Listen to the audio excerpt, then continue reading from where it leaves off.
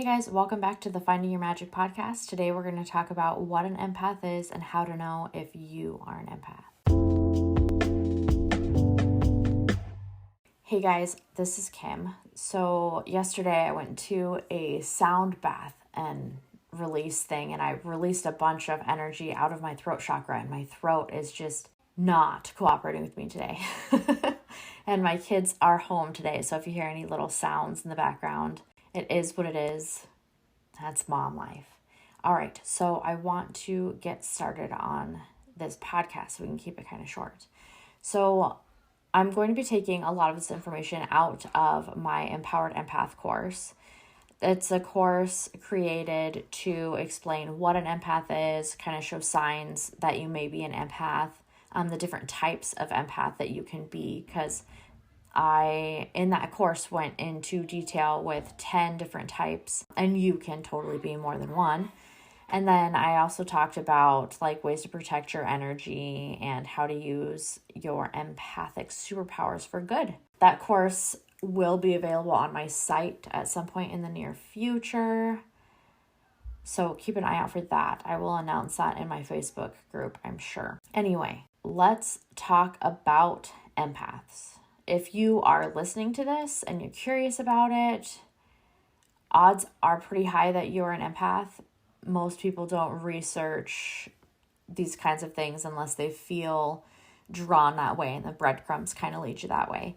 So let's talk about what an empath is. But first, we're going to define empathy. So empathy is defined as the ability to understand others' thoughts or feelings. And being an empath takes that a step further as being able to feel what another is feeling or thinking or things like that. So it just takes it a step further.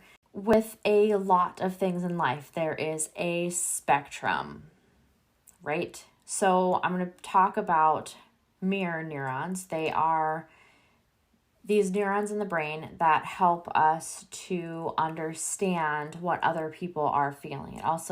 They're also used to teach us as children how to be compassionate and then also how to learn things. But we're going to talk about them in the form of being able to connect to others and understand what they might be feeling. There's a normal, so quote unquote, normal range, which is where a lot of people are. And that would just be that they're able to understand how someone else might be feeling. So then on this spectrum, if you go to the higher end of the spectrum, you would have people who have more of these neurons, who are able to actually feel the things that other people are feeling. The people on this higher end would be highly sensitive people or empaths. And then you have people on the lower end, of course, who seem to not really feel emotion. They're very disconnected and unable to feel the emotions and the energy around them, because emotions are energy, just so that's out there, which I needed to talk about too. Oh my word. So emotions are energy. If you can feel other people's emotions and you are an empath, congratulations, you can sense energy from the people and the things around you. So I wanted to jump right into the signs of being an empath. There are lots of different signs. I'm just going to keep it to 6 signs. So sign number 1 is going to be that you easily soak up the emotions of others. Sign number 2 is going to be that people often ask you for your advice or for your opinion on things. Sign number 3, you easily take on the stresses of the people around you. An issue that a lot of empaths have is that they will take on the stresses of another person as if they mean to ease that burden of the other person. But when you take on those emotions, or those stresses rather, it doesn't really help, but that's something that you naturally find yourself doing. So sign number 4 is going to be that you have difficulty watching the news, because let's be honest, mostly the news is like horrific things that are going on and things like that. And you just have a hard time watching other people suffering and things like that. Which I'm also going to mention that you probably have a hard time watching sad or scary movies because the emotions that are included in those types of themes are quote unquote too much. So sign number 5 is going to be that you sometimes feel overwhelmed in big crowds. And that's because you connect to energy. And a lot of empaths, I think, naturally, before they learn about being empaths, feel like they are introverts. And that is because they so easily connect to energy that it gets overwhelming. And then sign number 6 is being accused of being, again, quote unquote, too sensitive as a child.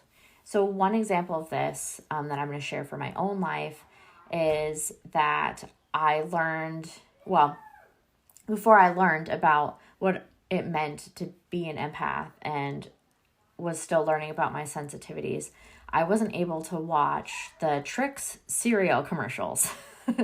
Yeah. So I had a really hard time with the Trix commercials because I was so sad for the rabbit. The kids were so mean. They wouldn't just share their stuff with him. It just made no sense to me. I could not understand why there was a lack of compassion for this fictional character. And I had this issue with other cartoons and things like that. But the earliest one I can think of is I remember getting so upset that they just wouldn't share. And I just could not, I still to this day, can't wrap my mind around it. What the heck? Anyway, that theme played out through the entirety of my childhood. I would always go out of my way to make friends with the people who weren't as outgoing and things like that. And I didn't know at the time that it was because I could feel their energy. So I always kind of hung out with the people who weren't out there in front doing all the things. And I just could easily connect to them and see that they need a friend, and I'm happy to be everyone's friend, which is a blessing and a curse even as an adult. But that's just kind of what it was. And then now as an adult, I usually don't really go out of my way to watch anything that's considered a horror movie or anything that's got really scary or angry themes, because I don't like the feelings that I soak up from that. And I don't soak up those feelings as much as I used to, because I have learned to observe rather than absorb, which is super important as an empath. And I talk about that in that course. I'm able to watch those things, which is fine because my husband likes horror shows and stuff. I'm whatever. But I still kind of skip out on that because it's just not something that feeds into the energy that I want to be feeling. I'd rather be soaking up good energy if I'm actually taking the time to sit and watch something. But yeah, those are some of the signs that you may be an empath. I would love to know if you have any stories or aha moments of realizing that you are an empath.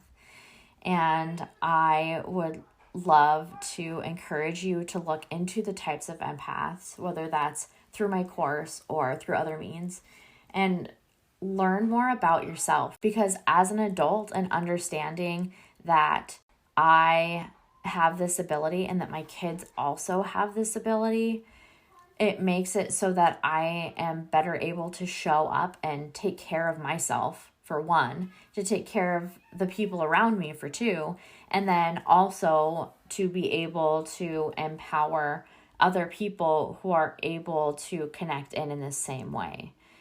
When we take the time to learn about ourselves before the things were shut down, as a child being told that I was too sensitive about things. I know so many people who were told the same thing, that they were too sensitive. And I love that because I'm doing the work to learn more about myself, I can then foster that in my kids and raise them to be empowered empaths instead of unable to process the things correctly. Not even correctly, I guess correctly is not quite the right word, but in a healthy way. And I love that there's so many of us doing this kind of work and working on ourselves and growing, that we're raising a whole generation of kids who are going to be more compassionate with each other, and not just with each other as people, but the earth. Because, I mean, there's earth empaths, there's animal empaths, plant empaths. Like, we are raising a generation of kids who will be able to understand that they connect in that way, and that they can use that ability to do good and to do better. I would love to hear about what kind of empath you are if you get into looking, and then also how that has helped to empower you, how understanding your empathy has made it easier for you to show up in your life and in the lives of others. You can find me on my website, which is www.findingyourmagic.co, and then you can find me on socials also at findingyourmagic.co.